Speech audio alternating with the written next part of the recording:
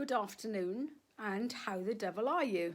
Kai Graham here, offering a daily dose of parental sanity whilst we are going through this lockdown life of ours. And today I want to talk about just validating someone's feelings, really. Do you ever feel when you sort of say something and maybe someone says, oh, you'll be fine. If you sort of say that you're nervous, or if you say that you're scared or whatever, they go, no, you'll be fine. Or maybe, have you ever found that when a child sort of falls over and they're sort of screeching and you go, no, come on, pull together, it's only a little bump. Which is okay, but it's not ideal because our feelings are real. Whatever you are feeling is not wrong. It is your body and your mind's way of communicating to you. So if you are feeling something, then that feels very real to you. And likewise, the same for your kids, same for your 4-year-old that is scared of monsters under the bed, and your sort of teenager who's pissed off with all this because, quite frankly, they want to go and see their mates.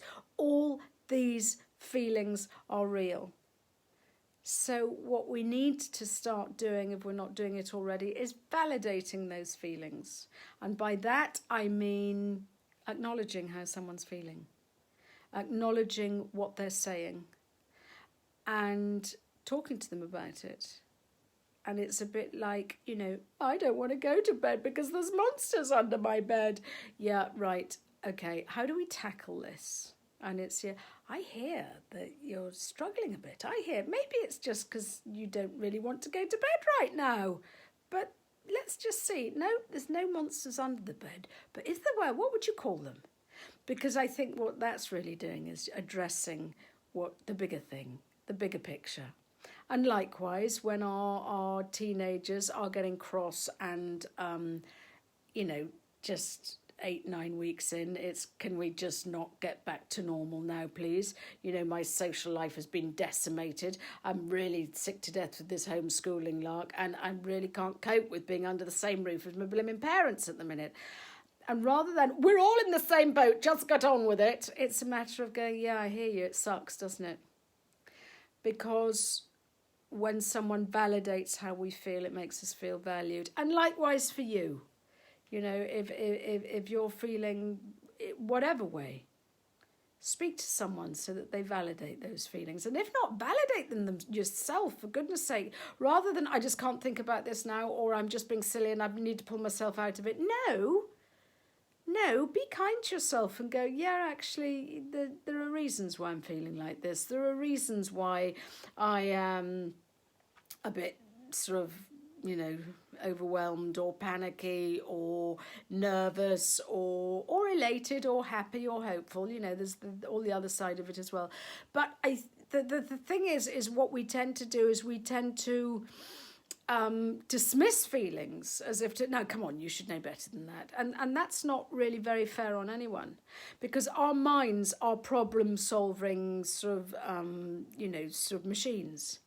And so what happens is something comes across our mind and it's for a purpose for us to process it, and we need to sort of, work through it. If we just go, la, la, la, la, la, that's just ridiculous, and dismiss it, it will actually come back a little bit bigger and bolder and brighter in an attempt for us to process what's going on.